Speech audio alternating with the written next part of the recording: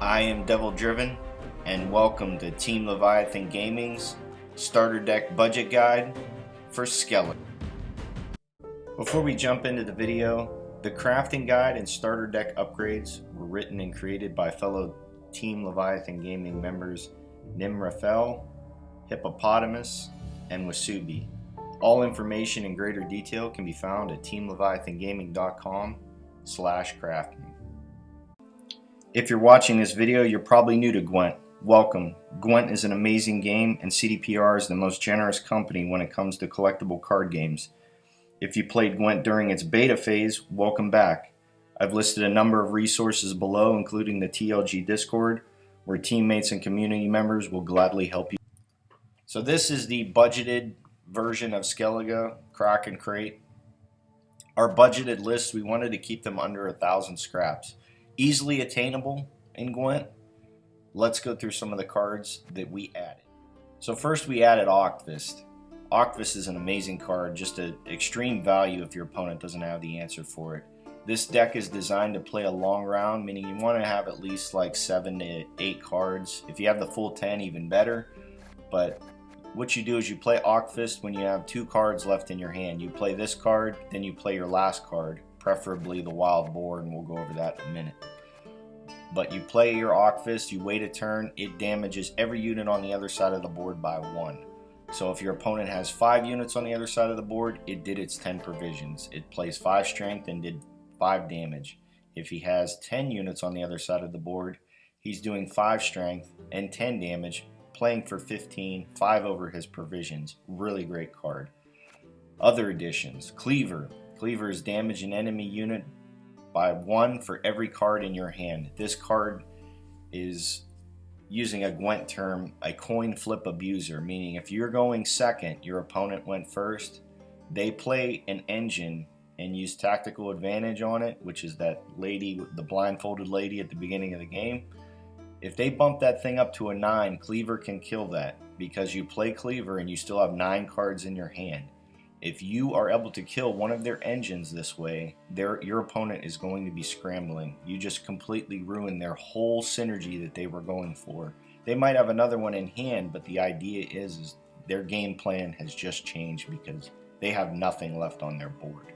This card is huge, especially in early, the early ranks of Gwent. Great card. Another auto-include in pretty much every Skellige deck, Herald Houndsnout. Herald Houndsnout, he spawns 3 Herald's pals. They're these little skulls that pop up on the opposite road of Herald. So if you play Herald on, say, melee, he's going to spawn 3 of these little skulls right here on the opposite row. So right off the bat, he plays for 7 points, 9 provisions. But he's able to damage an allied unit after 1 turn because he has orders. So what he does is he kills one of these little skulls, and those skulls, when they die, they damage an enemy by 2. This card makes people really nervous because you're going to start pinging their board for 2 with a possibility of up to 3 damage. It also has other synergies with a card we added that's a bronze card. Really great card. Probably one of the first faction crafts you should do if you plan on maining Skellige. It's just an amazing card. Next up, Gregor de Gorgon. He's a deploy melee, so you have to play him on your first row. Damage an enemy unit by 1, death blow, boost self by 5, and gain a shield.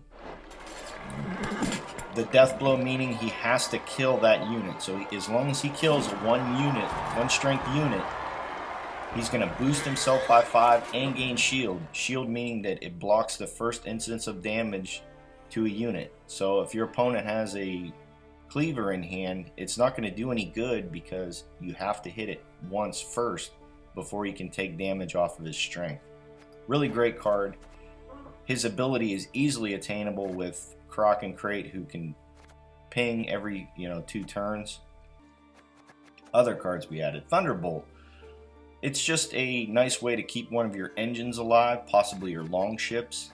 You just play this on the board and it sits there. Now if you play this turn 1 and your opponent has artifact removal, meaning that they can take out this card, you're kind of sad about it. But if you're able to put a longship on the board and keep buffing it up by 3, it has 2 charges, so it plays for 6. It plays under the provisions, but it's keeping your engines alive.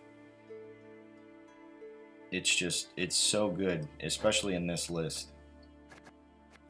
Giant Boar, as we mentioned, you want to play Ockfist. This is the dream, quote unquote.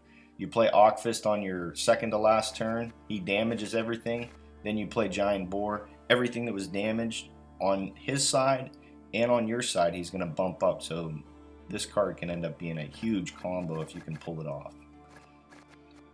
Disgraced Brawlers. These guys, they have Deploy, Bloodthirst 3. They lock themselves. Lock meaning the status that disables this unit's abilities. Its ability is Destroy Self if it goes berserk. So if this thing takes 4 damage, it completely destroys itself. It's kind of like a give and take thing. You're getting 7 points or 7 strength for 5 provisions, which is incredible. But if he can't lock himself, if your opponent does 4 damage to him, this thing completely removes itself. You should be able to get those 3 Bloodthirst, so 3 of your opponent's units have to be damaged in order for it to lock himself. Either way, it's just a really great card. It's a nice reach play where you can catch up on points. It's really great for your leader ability. The last couple cards that we added, Svalblood Priest. Every allied turn on end of turn, damage an allied unit to the right by 1, then boost self by 2. The card that it really pairs up well with is Herald Houndsnout. You play Herald Houndsnout, those skulls spawn on the other side of the other row that Herald's on. He pings, you play the Svalblood Priest all the way to the left of those 3 skulls. At the end of the turn, he pings one of those skulls, he goes up 2, and then he also damages your opponent by 2 because he killed one of the skulls, which requires a death blow. Really great engine. So even if they remove Herald Houndsnout and you have this in your hand, you're not even that sad because you got another way to proc those skulls. Svalblood Priest is a really great card. He's going to, as you progress, he's going to fit into the Svalblood archetype really well because that's a self-damaging list that you're going to play. So craft one of these now, you're going to be happy about it later on. And then last but not least, your Pirate Captain. He's Deploy Bloodthirst 2, damage an enemy unit by 3. He has 2 reach. So if you want to damage something on your opponent's range row, you have to play this on melee. He's Deploy Bloodthirst 2, so you have to have 2 damaged units on your opponent's side in order for him to do this 3 damage. If he does do that 3 damage, he did 6 total points for 4 provisions, which is really, really good. And the ping should be attainable since you have Crack's ability of pinging for 2. But that's the budgeted list for Skellige. Check out TeamLeviathanGaming.com for updated meta snapshots and deck guides. Check this channel every day for videos and Monday for Ladder Leverage, where I play a series of games with one of the Team Leviathan Gaming pros. Good luck, guys, and thanks for watching.